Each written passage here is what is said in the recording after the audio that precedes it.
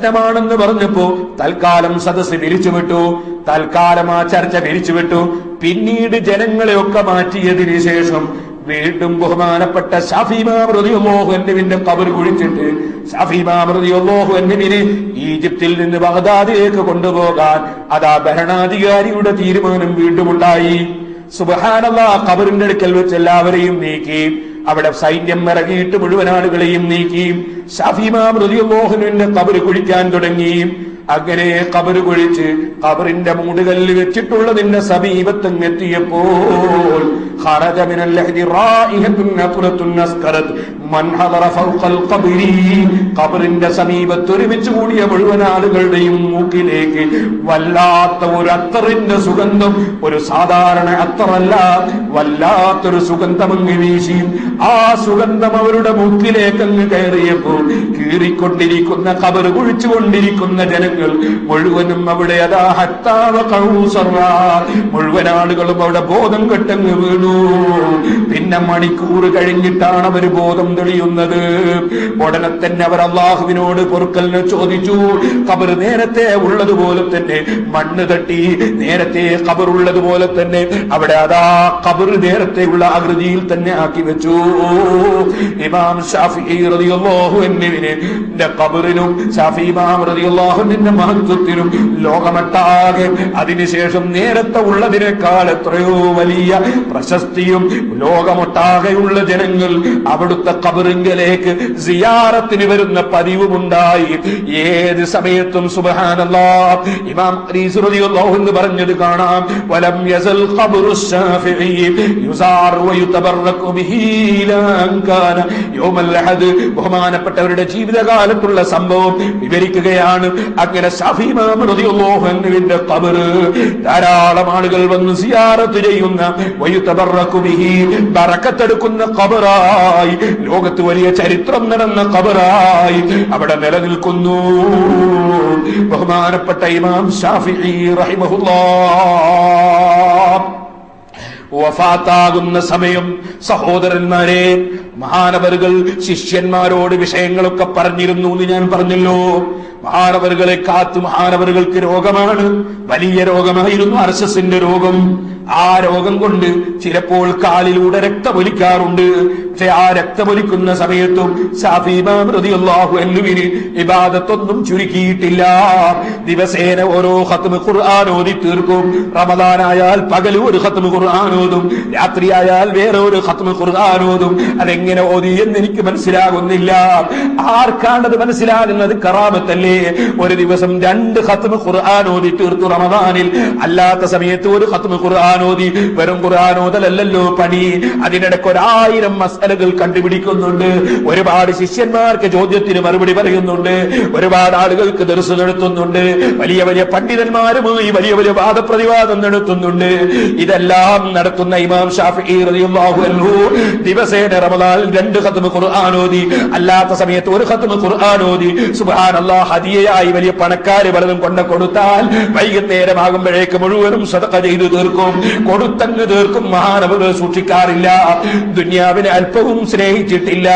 ആ ഇമാം ശാഫിഈ റളിയല്ലാഹു അൻഹു അതാ വഫാത്തിങ് അടുത്തപ്പോൾ മഹാനവരുടെ ശിഷ്യന്മാരൊക്കെ അടുത്തു നിൽക്കുന്നു. ബഹുമാനപ്പെട്ട ശാഫി ഇമാം റളിയല്ലാഹു അൻഹു പറയുന്നു, നിങ്ങൾ പരിശുദ്ധ ഖുർആൻ ഒന്നെടുത്തു ഓതൂ.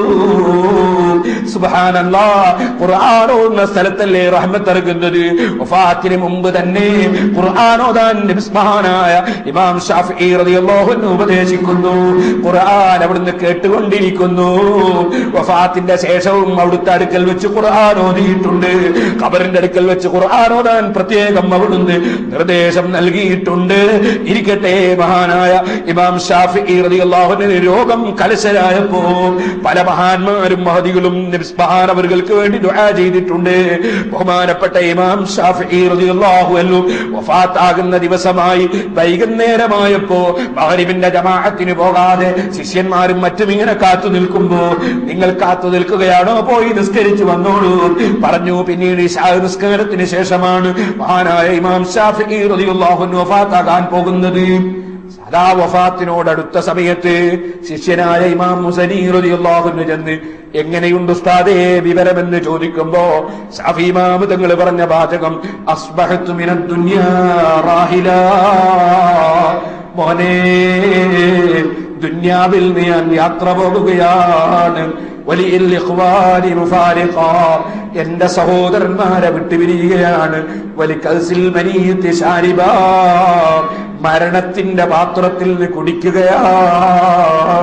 വഅലല്ലാഹി ജല്ല ദിക്റുഹു വാരിദാ, ഞാൻ അല്ലാഹുവിലേക്ക് ചെല്ലുകയാണ്.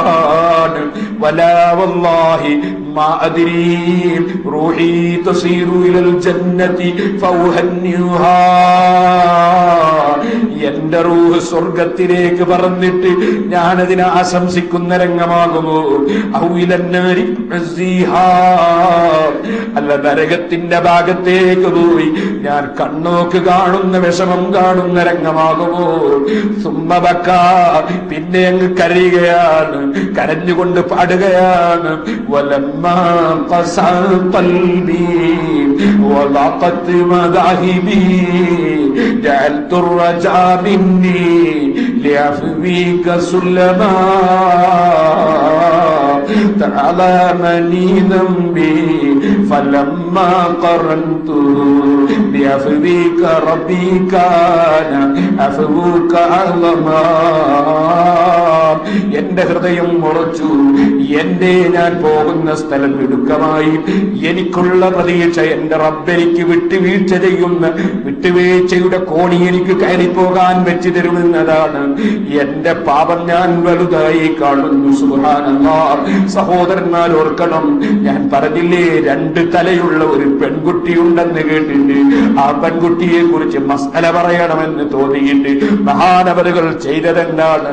ആ പെൺകുട്ടിയുടെ മുഖത്തൊന്ന് നോക്കാൻ, തലയൊന്ന് കാണാൻ വേണ്ടി ആ പെൺകുട്ടിയുടെ രക്ഷിതാവിന്റെ അടുക്കൽ ചെന്ന് നിങ്ങളെ മകളെ എനിക്ക് നിക്കാഹ് ചെയ്തു തരുമോ? എന്തിനാ നിക്കാഹ് ചെയ്യുന്നത്? ഭാര്യയില്ലാഞ്ഞിട്ടല്ല, ഭാര്യയാക്കാനല്ല, മറിച്ച് ശരിക്കൊന്ന് തലയും മുഖവും കണ്ടിട്ട് വേണം മസ്അല പറയാൻ. ആ കാണലൊന്ന് ഹലാലായി കിട്ടണം. അതിനു വേണ്ടിയാണ് നിക്കാഹ് ചെയ്തു തരുമോ എന്ന് ചോദിച്ചത്.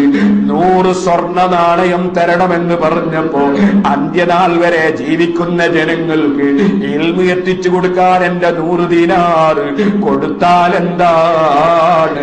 100 ദീനാറ് മഹർ കൊടുത്തിട്ട് ആ പെൺകുട്ടിയെ വിവാഹം കഴിച്ചതിന് ശേഷം നദറ ഇലൈഹാ സുമ്മ തല്ലഖഹാ, ആ പെണ്ണിന്റെ മുഖത്തൊന്ന് നന്നായി നോക്കിയിട്ട് എങ്ങനെയാണ് നിയമം പറയേണ്ടതെന്ന് മനസ്സിലാക്കിയതിന് ശേഷം ബഹുമാനപ്പെട്ടവരെ പെണ്ണിനെ അങ്ങ് ത്വലാഖ് ചൊല്ലി.